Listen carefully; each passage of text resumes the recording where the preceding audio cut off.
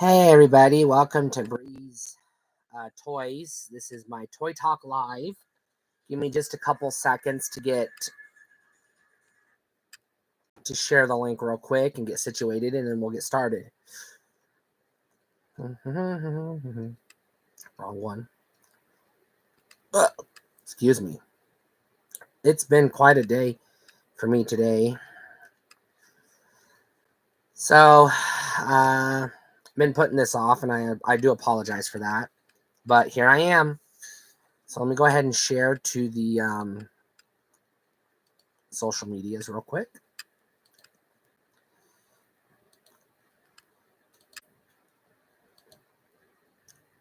I don't have a lot of toy news right now,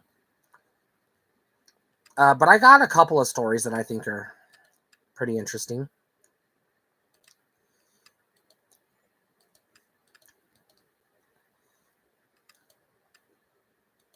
So let me go ahead and I'll just jump right into the news because I don't really have any updates on the toys in my world. So Toy News International says NECA is bringing an American Werewolf in London Jack Goodman and David Kessler action figure 2-pack.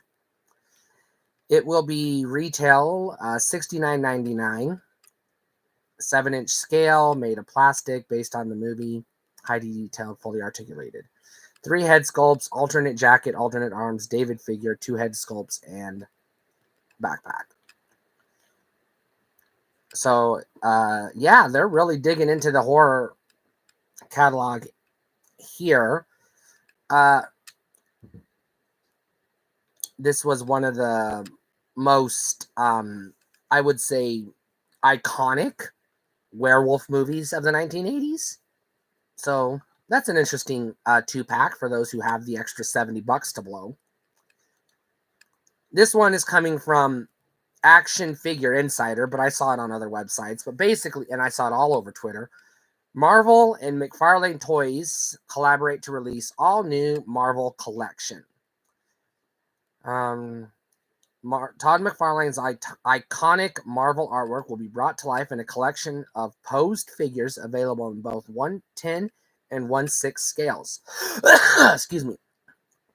It's a pivotal moment marking the first time Todd McFarlane, CEO, founder of McFarlane Toys, will return some of his own Marvel drawings into stunning 3D detail, offering fans an unparalleled opportunity to own a piece of comic book history. So I'll just scroll through and see what we have. We have Spider-Man with, he looks like he's web slinging, and it shows the cover of the comic book. We have Captain America standing in front of some rubble. Looks like the Assassination Plot Part 4 of 6. Another... Oh, no, it's the same one. Same toy. All right, so is that it? Just those two? That it doesn't say how many toys are going to be released. What's the retail price? Hold on, let me scroll down. Okay, this 1/10 scale posed figure will celebrate the enduring legacy of Marvel Comics and the legendary artist behind its character. Inspired by the artistry of Todd McFarlane, Jim Lee, Steve Ditko, John Romita Sr., and Rob Liefeld, and showcases iconic characters such as Spider-Man, Wolverine, Iron Man, and Deadpool. Each figure is based upon some of Marvel Comics' most memorable covers. It will be set within an environmental base and includes a diorama. Okay, so these are statues. These aren't action figures. Jesus Christ. I fucking hate it when they try to pass off statues as action figures. This one's more of a video game news, but it's kind of sort of toy related because it goes back to, it has its roots with Mattel. But basically, Atari acquires the Intellivision brand.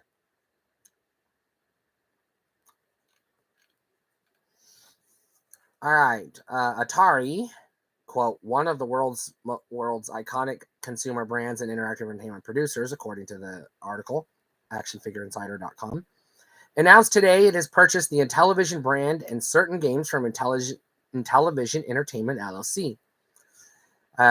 Intellivision Entertainment LLC will rebrand and continue its business of developing and distributing the Amico brand game console. Yeah, right. With a license from Atari to continue to distribute new versions of the Intellivision games on the Amico console. Atari will seek to expand digital and physical distribution of legacy Intellivision games, potentially create new games, we'll see, and explore brand and licensing opportunities. Yeah, t-shirts, most likely. Blah, blah, blah. PR speak. Yep, t-shirts. I told you. All right. Whatever. That's all I really have as far as like news and rumors go. So let's go ahead and jump into our topics. I got quite a few today. Start off with our forgotten toy line, Visionaries. So let me pull up the Google. And I'm going to type in Visionaries toys. Because I was not very familiar with this toy line.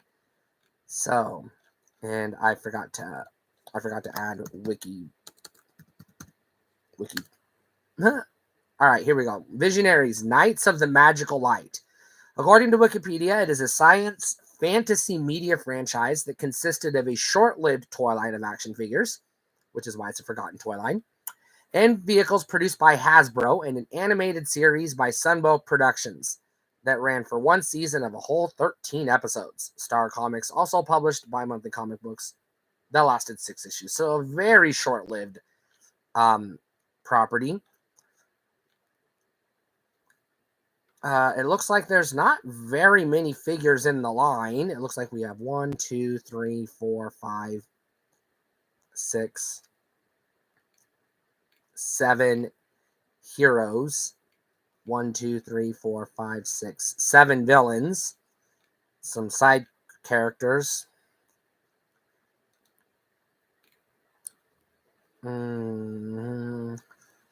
What is... Okay, the figures had hologram stickers on both their chests and staffs, which resulted in their being expensive to produce. The toy line lasted 1 year with figures of the 12 male characters produced along with 4 vehicles that were packaged with an exclusive figure. A second wave... Hello, Jimmy. A second wave of characters was planned, but never released due to the cancellation, obviously. I've never heard of Visionaries. When I do my research for these segments, I try to find toy lines that I've never heard of. That's why it's called Forgotten Toy Lines.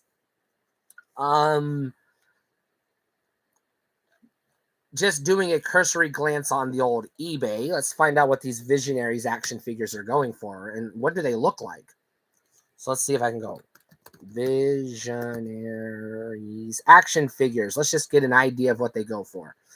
You can get 4 of them for $45. Buy it now, free shipping. You can get sealed figures for roughly $100 plus or minus. All right, so the figures are a little pricier than your normal G.I. Joe, a real American hero from this time. It does look like they cost more money if they have the hologram intact, which makes sense because it looks like a lot of them do not have the hologram intact, which also makes sense. There's some vehicles. Yikes, the vehicles are a little pricey, $150 to $200 thereabouts. Just looking at taking a quick glance at these action figures, it looks basically like they're just G.I. Joes with the hologram chest piece. So obviously they were made by Hasbro, so they were probably using the same factory, which meant they were probably just recycling the molds. Thank you. I'm going to see if I can get a closer look at one. Yeah, just looking at them, they have the same O-ring and ball joints as a G.I. Joe action figure. So, it doesn't... I mean, I can't tell if any of these have their holograms intact. This one looks like he does. But Hasbro also dabbled with pseudo-hologram technology with the original G1 Transformers line with their rub symbols. They're not technically holograms, but they are unusual sticker gimmick that I haven't seen used outside of Transformers. I think they only used it for like the first 3 or 4 years of the G1 cartoon or toy line, excuse me.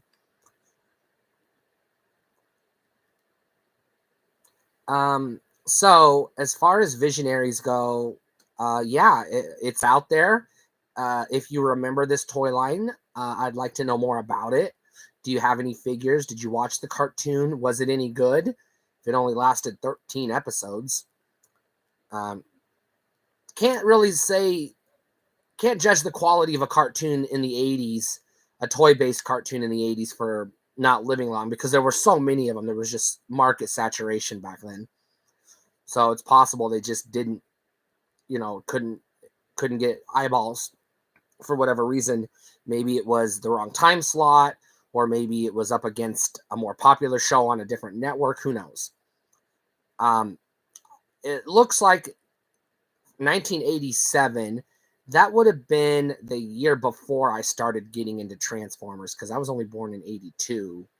So if this toy line died in 87, 88, I would have definitely missed it, because it would have been off toy shelves before I was, old enough to browse toy shelves.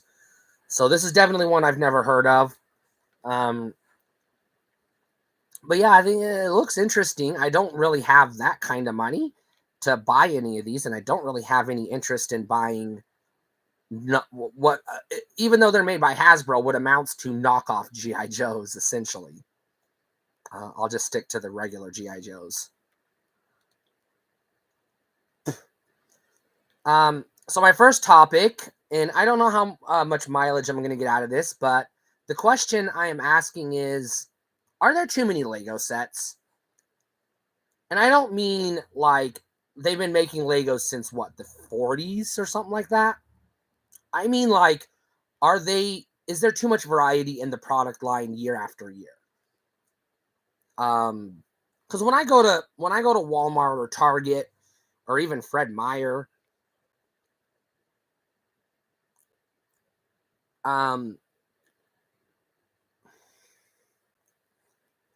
hey Jesse, I'm not a guy, so I'm gonna go ahead and delete your comment, please.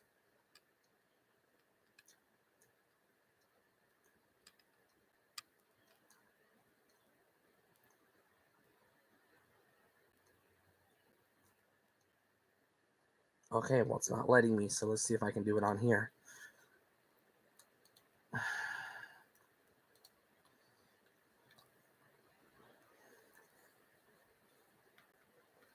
I lost my train of thought. I don't care. It's offensive and disrespectful. Please don't.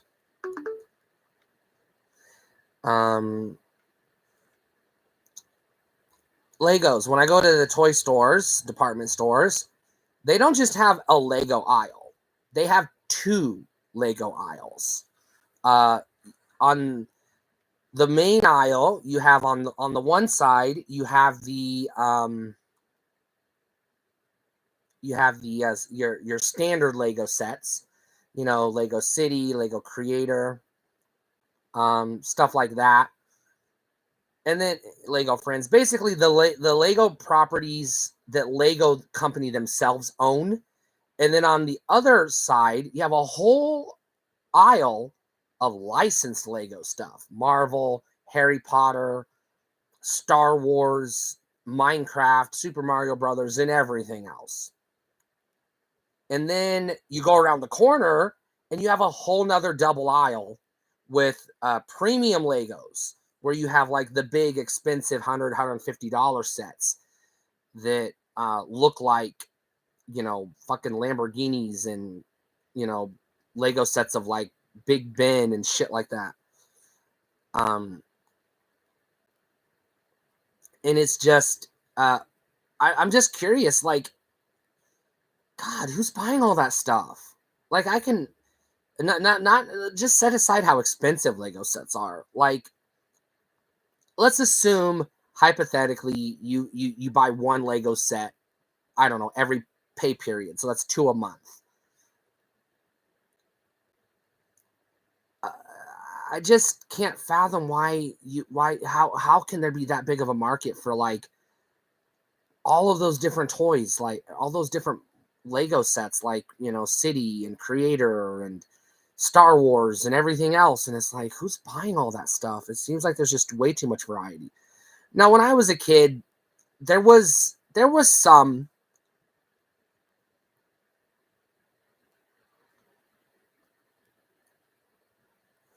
I do not actually know that person. There were some variety in the Lego sets, but there wasn't like it is today.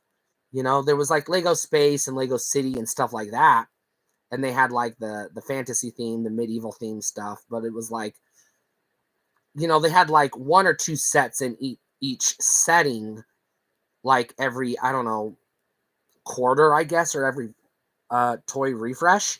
But now it seems like a Lego set will pop up on the toy shelves, and it's there for like a week or two, and then it's immediately replaced by a different set.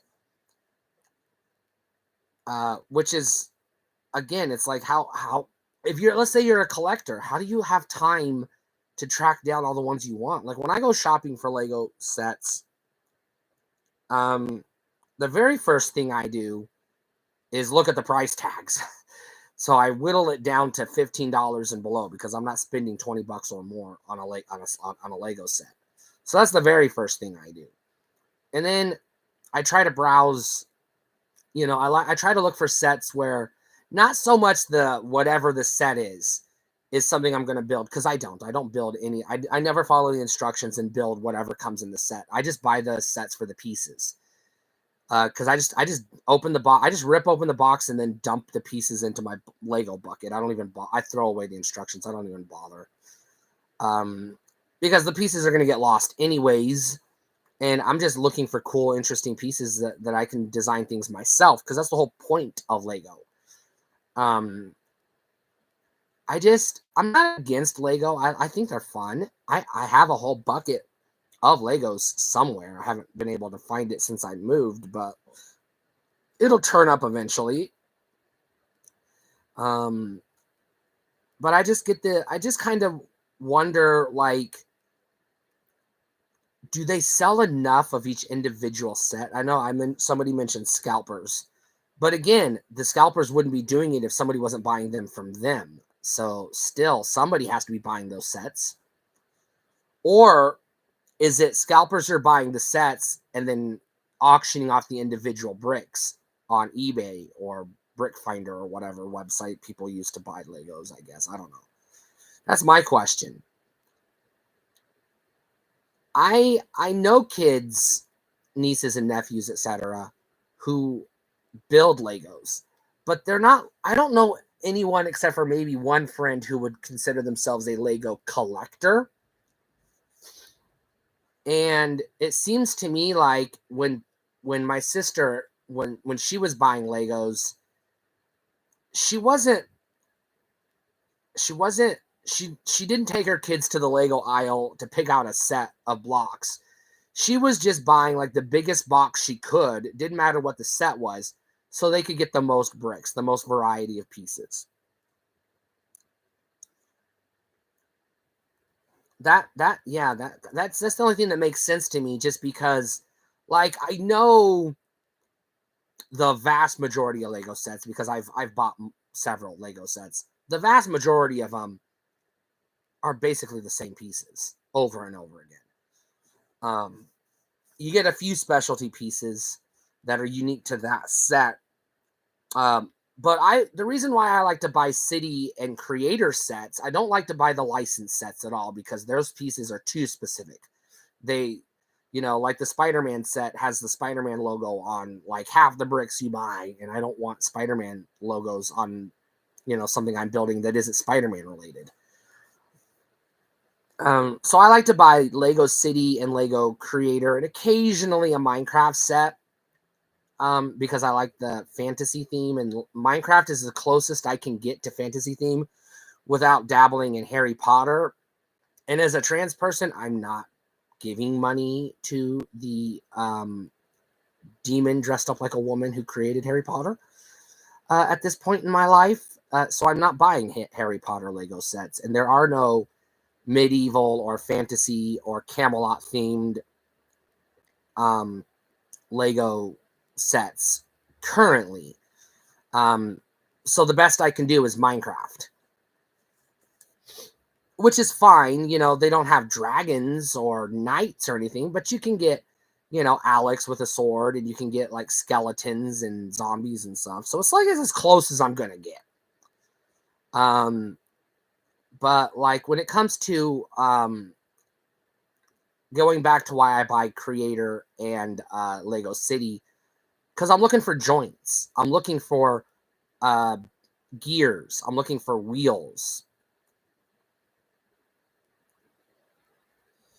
So that I can have, moving parts is basically what I'm looking for. Occasionally, if it looks cute, I'll buy a Lego Friends set.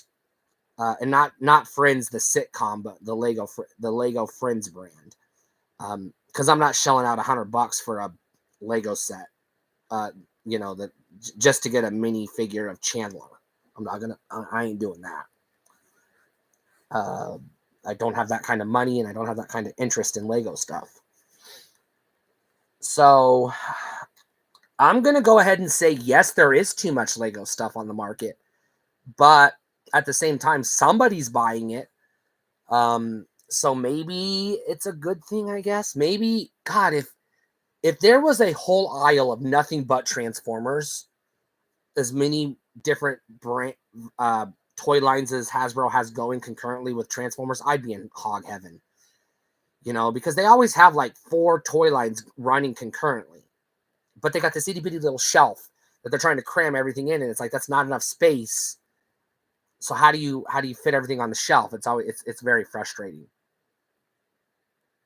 Half the action figure aisle is Marvel Legends at this point in time, and I'm not into Marvel Legends all that much. Mostly because I don't buy 6-inch action figures. I prefer the 3 3/4-inch action figures, and Marvel isn't doing those very well right now. They got the X-Men 97, but those are kind of iffy. All right, let's get to our next topic. This one I don't have as much experience with as I do like the previous topic, Legos, but it's Toys to Life video games. This was a toy craze for a few years, starting in the Nintendo Wii, Xbox 360 era, and sort of spilling over into the Wii U era with the introduction of Amiibo. But you had Skylanders, you had the Disney, whatever the fuck it was called, and then you had Amiibo. I never bought a Skylanders game or toy, and I never bought a Disney, whatever the fuck it was called, or the Lego one for that matter. But I did buy a shit ton of Amiibo. I had a Wii U and a Switch, and I never really, even though I had a ton of Amiibos and a ton of Wii U games, I never bothered to boot up the Amiibo functionality of any video game I owned at the time to see what the Amiibo did. Like I had Hyrule Warriors and I had all the Zelda Amiibo. I never tapped the Amiibo in game to see what it did. I just never did. I just didn't care. As far as toys go, the Amiibo are pretty cool. They were the best Nintendo figurines we could get until the World of Nintendo Jack Specific line came out. Because prior to that, it was slim pickings for Nintendo characters. Skylanders, I have no interest in the video game. I have no interest in any of the Spyro the Dragon or any of those IP. But some of the toys look cool. The Disney one, Infinity, I think it was called Disney Infinity. I have no interest in those because if I'm going to buy Disney figures, I'm going to buy actual posable Disney figures. I don't want little pieces of plastic that don't pose. Which is kind of hard to find with Disney because a lot of the sidebar, the Disney, I'm just going to say the main Disney characters, Mickey Mouse, Pluto, Goofy, etc. they almost always sell that bundle of the little mini figurines. It's always on toy shelves. Basically, as far as I can remember, it's always been that exact same set of figurines. I've never seen actual posable action figures of any of those characters. You can get plushies all day long. So I don't know if the Disney Infinity figurines are worth investigating. And I'm not even going to bother with the Lego whatever it's called, Lego whatever universe or whatever the fuck they called it. I'm not even going to bother with that. Unfortunately, I don't have a Wii U anymore because some dipshit stole my Wii U and I lost it. And I do not have the obnoxious price that eBay sellers want to replace the motherfucking thing. Because it ain't worth the aftermarket price. It wasn't worth the $400 I paid for it, to tell you the truth. But that's a whole nother story for another day.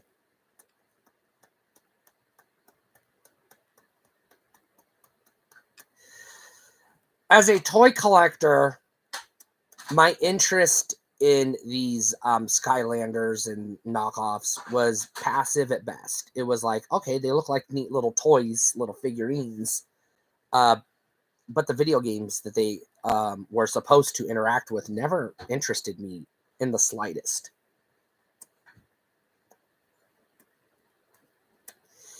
Next topic. Are retro toys better as vintage reissues or modern redesigns? So let me clarify.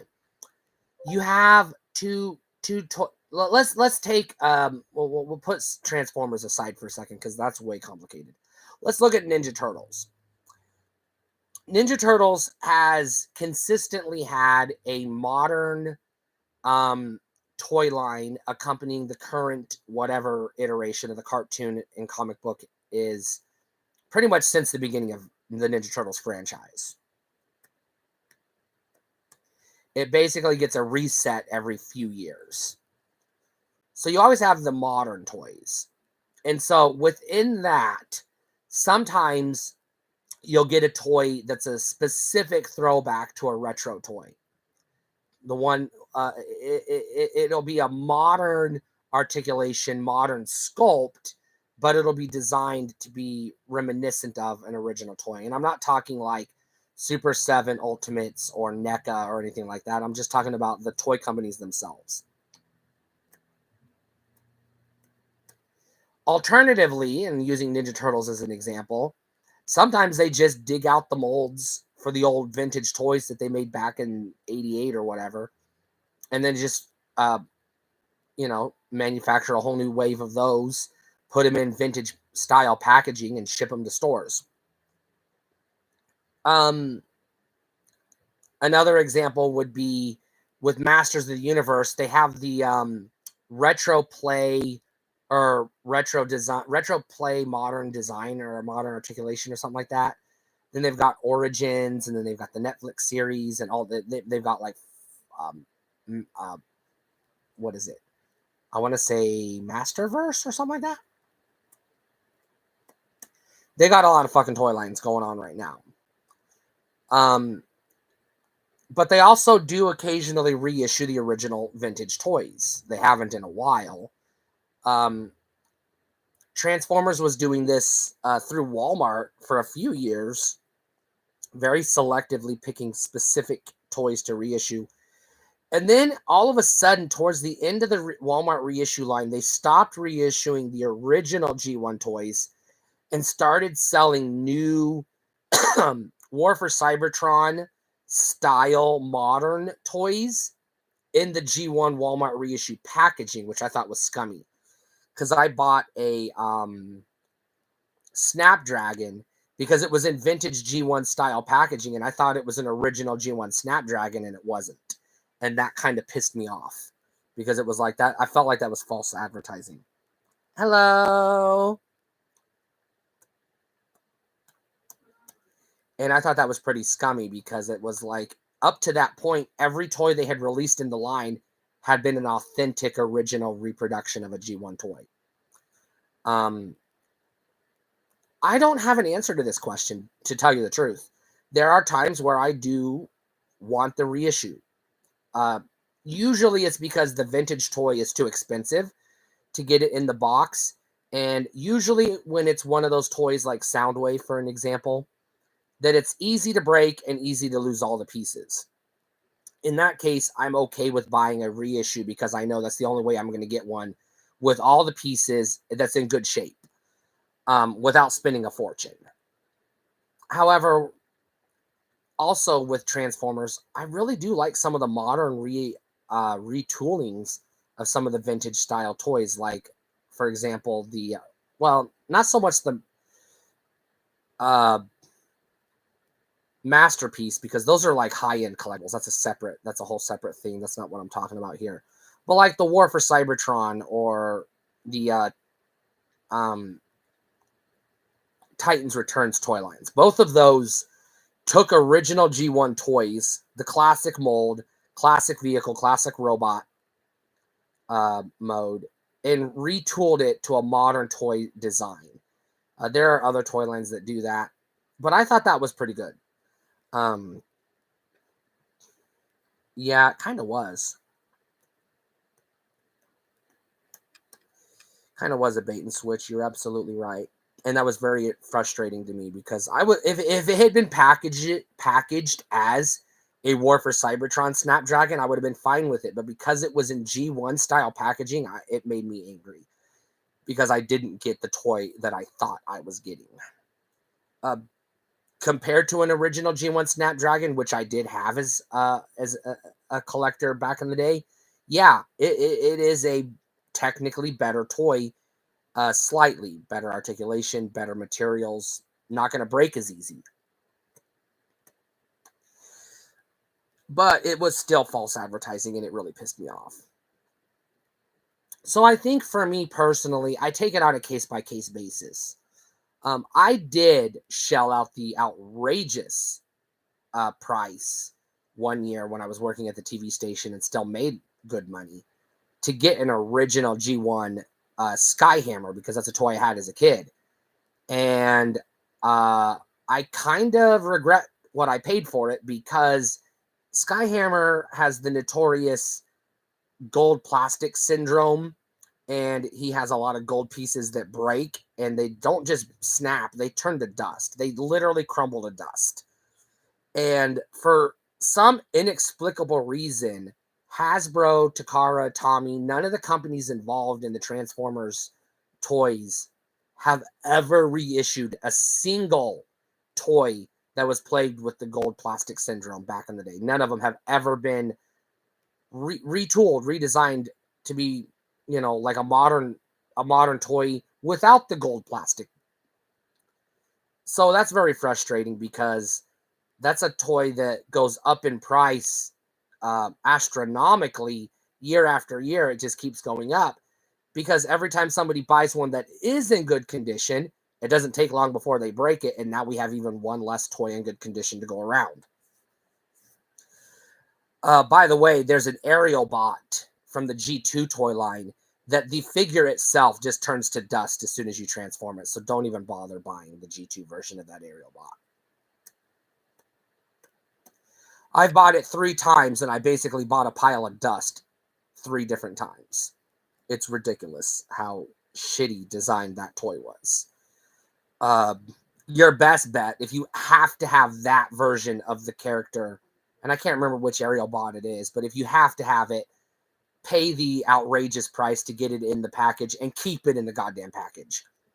Otherwise, buy a second G2 toy or G1 of that same Aerial Bot, and then just spray paint it gold. That's your best bet. Otherwise, stick to the G1 Aerial Bots, because those gold plastic toys are rubbish. They literally turn to dust. It is the worst design of a toy I can think of. I can't think of anything worse than that. So just off the top of my head, I have no preference when it comes to Masters of the Universe. If I see a Masterverse version of a character and I think that looks better than the Origins version, I'll buy that. But if I think the Netflix version looks better or the 2000X version looks better, whichever version of that toy looks the best is the one I buy. Ninja Turtles, I have a vintage preference. I want to get all the vintage toys from the toy line, which is going to take me forever, but it's a goal I have set for myself.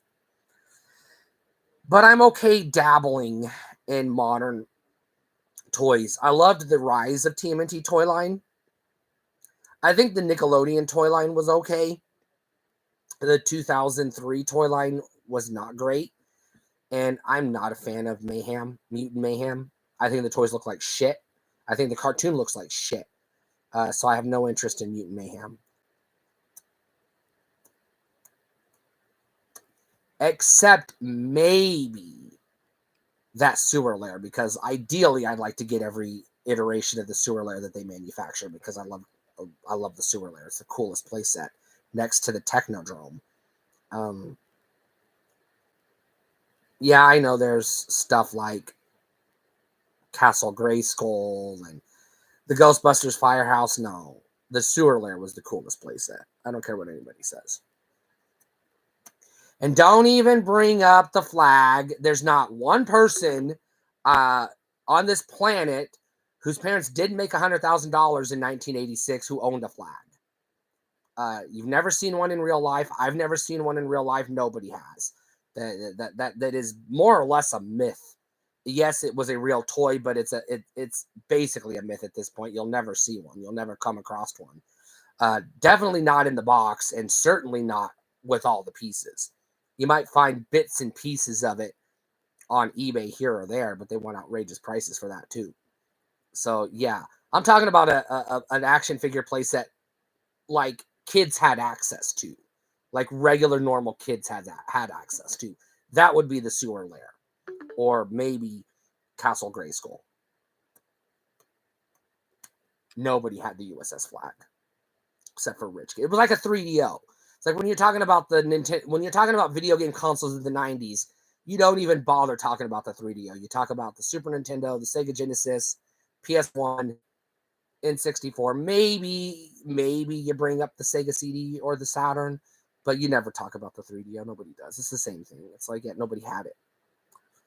All right, last topic, and then we're going to wrap this stream up. Are there too many different Transformers toy lines? I've probably dabbled in this not too long ago when I did that. There's too many action figure toy lines. But here's the thing, like your normal toy line, like Marvel, you have the ones that are targeting adults, the Marvel Legends, and then the ones that are targeting kids, the the cheaper ones. Most toy lines have this. Star Wars has this. Mario has this. Minecraft has this. Most toy lines have two tiers: the high end collectibles, and then the generic kids toy. On top of that, you always have the third party toys like Super 7, NECA, etc. Those kinds of things. But with Transformers, Hasbro themselves produces multiple toy lines a year. Every year, they always have the adult toy line. It's usually something like Siege or Titans Returns or Power of the Primes or something like that. And then running side by side the adult toy line, they have the kids toy line, which usually has the accompanying cartoon, Cyberverse, animated, Prime Hunters, etc. Separate, in addition to that, they always have the studio series running concurrently as well.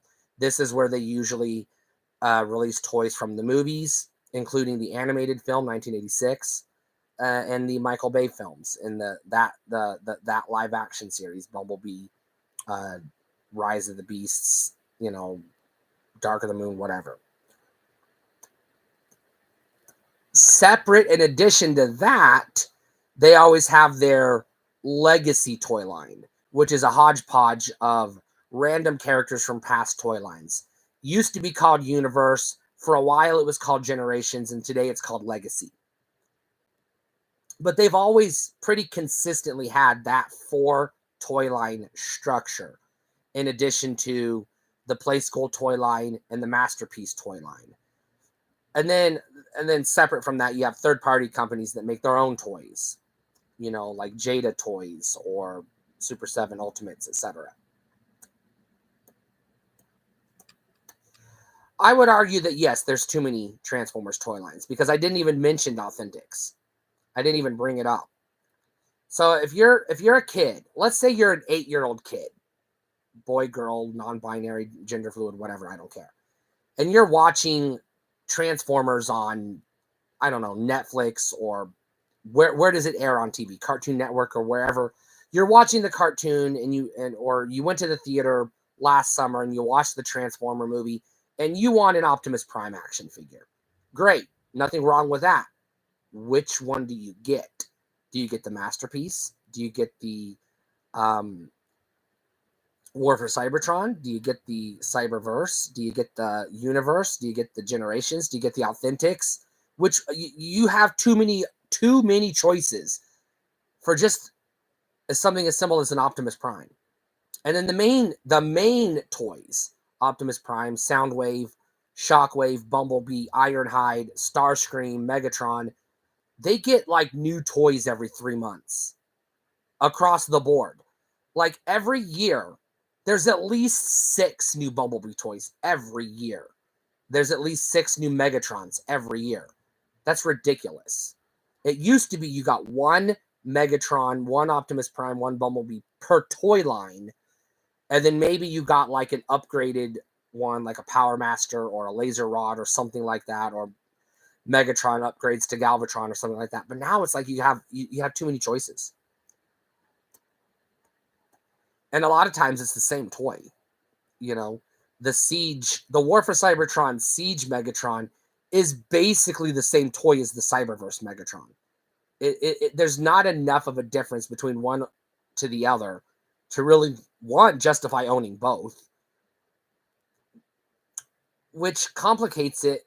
Which one do you buy? Do you buy the, because they're the same price point. They're both $25 toys. Do you buy the $25 Cyberverse version of the toy, or do you buy the $25 War for Cybertron version of the same goddamn toy?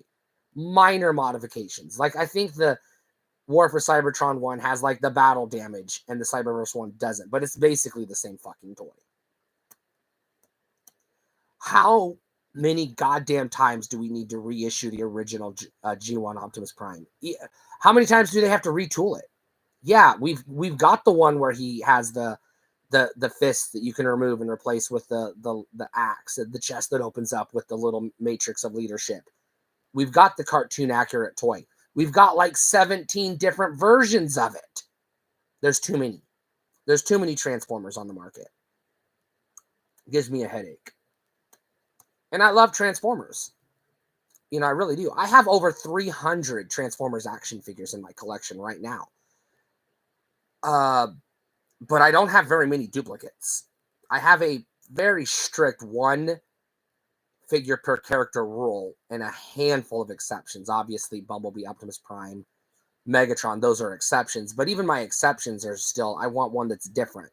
Like, to me, I would rather have the Car Robots 2001 Robots in Disguise Optimus Prime than another version of the G1 Optimus Prime. I've already got G1, I've got G2, I've got Power Master Prime. I don't need another one.